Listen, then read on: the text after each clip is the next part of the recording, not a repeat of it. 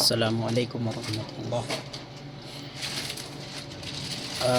Paano mag-change ng frequency? Paano tignan na ang status ng client, ang lap GPS, access point? Ito, example, lap GPS papuntang emisyo.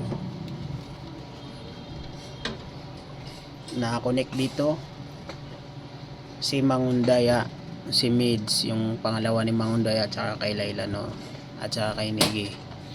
Ang IP address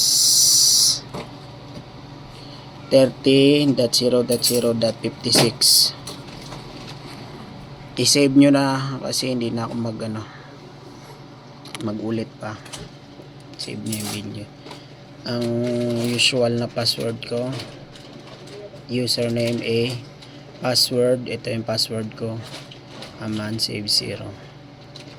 Ganito yung usual na password ko, aman save 0, username A.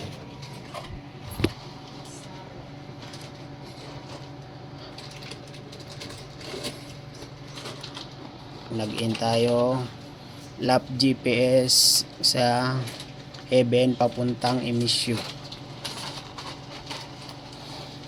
So paano mag-change frequency? Bago ka mag-change frequency, tingnan mo muna yung mga signal. Tingnan mo muna yung signal ng mga client. Tingnan mo kung maganda o hindi. Una, tingnan natin yung kila Layla, Nora, tsaka kay Mids, Nigi. Pwede mong pindutin dito sinong pinapangit na signal. Pinapangit na signal si Layla, Nora. Kailangan ba mag-change frequency? Tingnan natin. Ito kay Mids, parang inayos to. Tsaka kay Nigi, tingnan natin kung kailangan natin mag-change frequency. Ito ang change frequency niya, mano-mano. Ang pag mano-mano ng change frequency dito, ito wireless. Ito yung mano-mano na change frequency.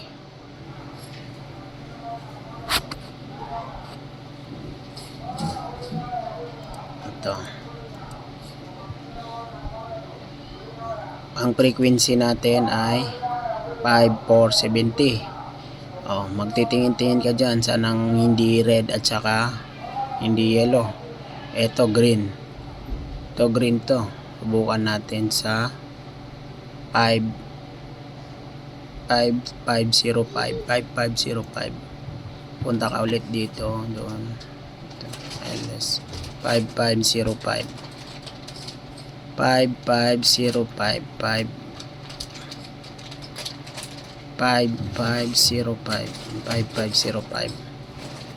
Test natin kung may bibitaw ba. Test. Pag test, preparing, test mode. Tingnan natin sa dashboard. 5505.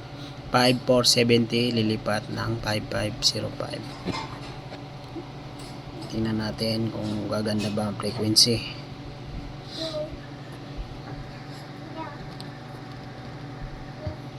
May bumitaw ba na client?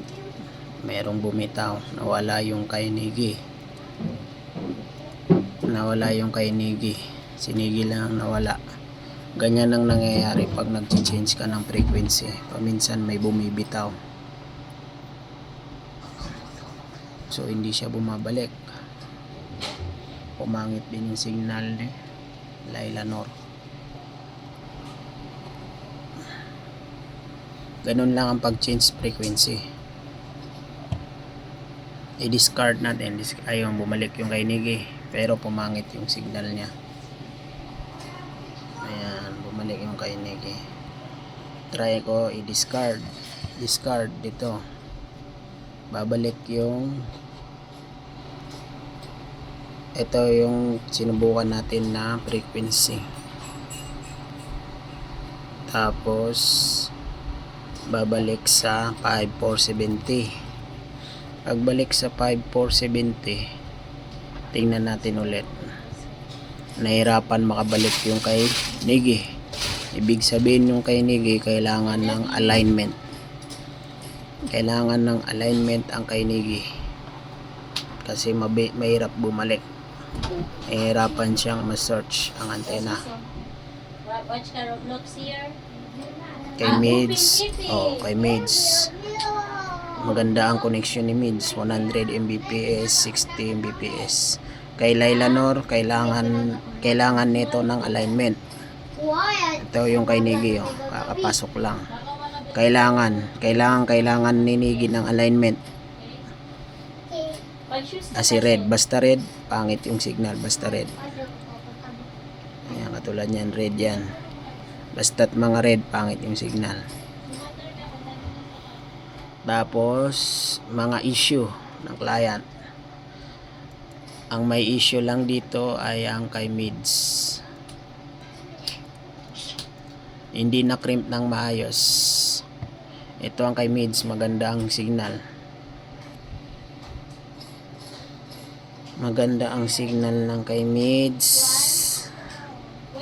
Okay. Ang problema, ano ang problema? Dito nakikita. LAN speed. Pagka-crimp, 10 Mbps lang ang kay 10 Mbps lang yung mayroong mga crimp. Mga cable, pag nagkakamali ka, 10 Mbps lang. Pwede pa yan mawala. Ayan, Mids yan, Mids. Tingnan natin yung iba. Lailanor 100 Mbps. Lailanor 100 Mbps. Mids 10 Mbps lang kay Mids. Kailangan makrimp yan. Yan ang mga factor. Yan ang very important. Sabihin nila walang internet kasi hindi na-connect yung LAN o kaya down. Tingnan natin yung kay Niggy, 100 Mbps. Kay Niggy, 100 Mbps. Lailanor 2, 100 Mbps. MSU Mangundaya, 100 Mbps. Ito yung mga wifi. Ito yung nakakonect sa PoE na LAN. Yan yung nakakonect sa PoE na LAN. Maganda yung pagka-crimp. Ito naman, 10 Mbps lang yung kay Mids. Kailangan i-recrimp.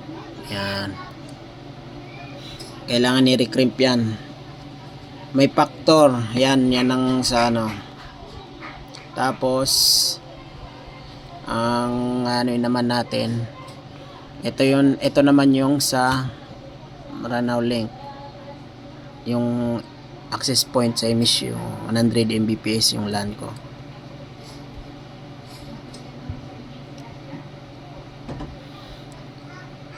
Paano malalaman kung kailangan ba magpalit ng frequency o mag-alignment? Alignment ba o change frequency? Dalawa yan. Mag-a-align ka ba o mag-change frequency? Ito may magic, air magic ang tawag dito sa light beam access point. May air magic siya, automatic. Etong dito, manual ito, manual. Ito, manual to. Ito yung air magic. Ito yung automatic na isang pindot mo lang. Katulad nito, change frequency, 5590. Ayan, maganda lahat. Itong mga green, pangit yan na signal. Itong red, pangit yan na signal. Ito naman, kaya niya recommended dito kasi mga blue lahat. Blue lahat. Pero kahit na yung blue lahat, itatry natin, paminsan hindi yan kumukuha. Pangit yung signal. Tetest natin. Test changes. Change frequency, test 5580 from 5470 dilipat tayo ng frequency 5575. Tingnan natin kung gumanda ba yung signal. Hindi ulit nakakonek yung kay Niggy kasi pangit yung alignment. Yung kay Lailanor pumangit. Yung kay Lailanor pumangit din. Pag isang pumangit dyan, yung kay Mids din pumangit. 1 Mbps lang yung upload, 100 Mbps yung download. 1 Mbps lang kay mids. Yan. Anong kailangan dyan? Hindi kailangan dyan ng change frequency. Alignment lang yan ng antena. Antena ng client, hindi antena. Hindi ang access point. Hindi ang access point. Kailangan lang ng alignment ng antena. Alignment lang ng antena. Hindi na kailangan mag-change frequency. Kailangan ng alignment ng antena ng client. O yan, kaganina 100 yung kay mids. Ngayon ilan na? Pangit. Una 10 Mbps lang ang upload ko. Ang upload ng access point. Tapos 100 Mbps dito. Dapat parehas. Magkano yan? Tapos yung kay Nigi pumangit din. Mabagal makakonect. At saka yung kay Lainanor pumangit. Nag-change frequency na tayo ha. Ano ang kailangan dito? Alignment ng client, hindi frequency. Tatrabahuin ito. Ikaw mismo ang pupunta sa client, tatrabahuin. I-align ninyo. Subukan natin ibalik sa dating frequency. Discard. Babalik natin sa dating frequency.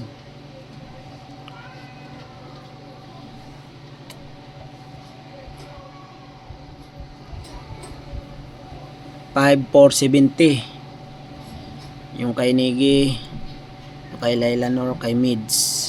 Hintayin natin ng konti. Kay mids, yan o. Kaganina maliit lang ano.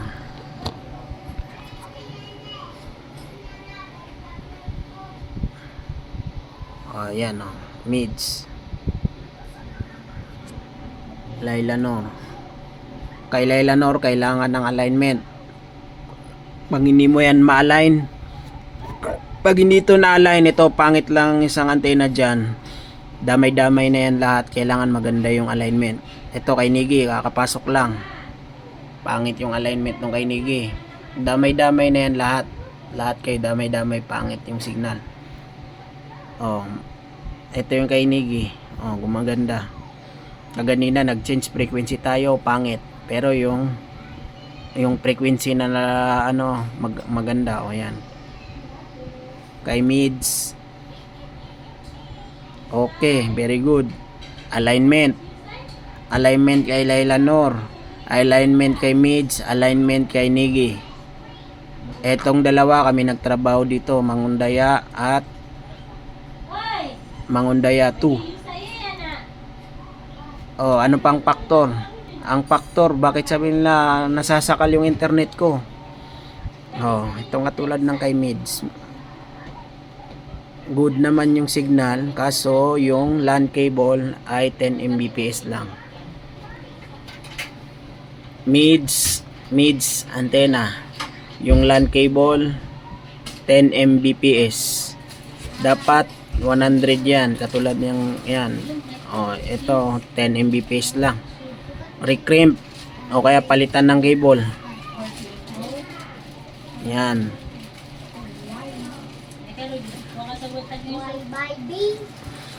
Boss, hindi na ako mag-ano ulit na ito. Kailangan i-save nyo na ito, pag-aralan ninyo. Okay. Hindi kailangan mag-change ng frequency. Kailangan ng client, i-align ang client. Pag pangit ang isang client, katulad nito, pangit ang connection ni Lainanor, pangit yung kay Nigi, tsaka itong kay mids, kailangan maayos din. Pag isa lang ang pangit dyan, damay-damay na yan lahat.